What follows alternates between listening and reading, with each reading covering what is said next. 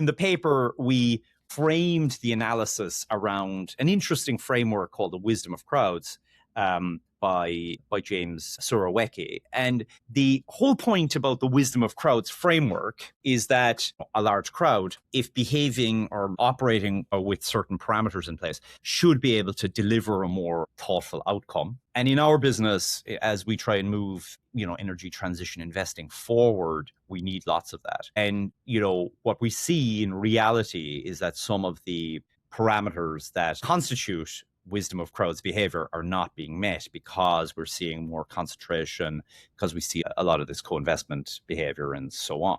So that's a second order issue for sure, but I actually think it's a very important one right now.